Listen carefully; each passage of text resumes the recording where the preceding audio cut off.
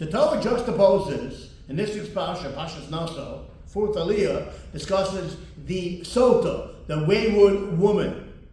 Earlier, right before, it discusses the fact that the halacha is you're supposed to give trumas and maasros, tithes, to the Kohen. Why are these two discussions juxtaposed? Rashi brings from Chazal is to tell you a person shouldn't say, Kohen? I don't need no Kohen. I'm not paying him off. I don't need his services. No.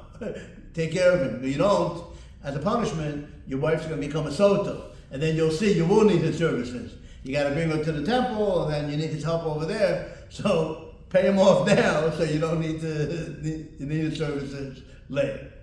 That's what Chazal tells us, with my dramatic commentary. Chassam Sofer comes and explains a deeper idea of what Chazal are teaching us. And Chazal are teaching us how to become rich. Gemara tells us there are two ways one can become rich. The first way is to give maaser, this aser that we just read a few days ago, which really is aser shetis asher. You give maaser, you give tithes, God promises wealth. So that's the first way.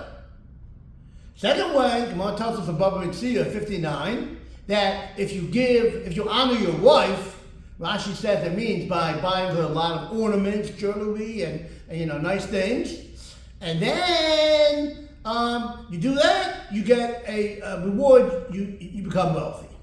So a person might say, "I'm going to pick the second way. Why should I pick the first way? Honor the Kohen. I don't need to do it. This woman I live with every day. I might as well get wealthy the second way. I want to have a happy life. I want to have some money. I'll pick the second way. You honor your wife, no downfall. No, it's not true. There's a downfall. Because, like I said, Rashi explains, the more you do for her, maybe it's more prone to sin that might happen.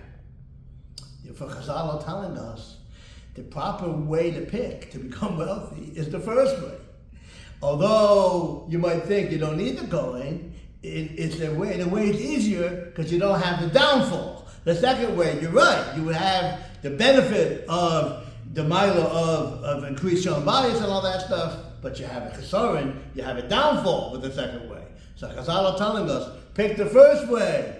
And if you pick the first way, you won't have to have any problems later on in life.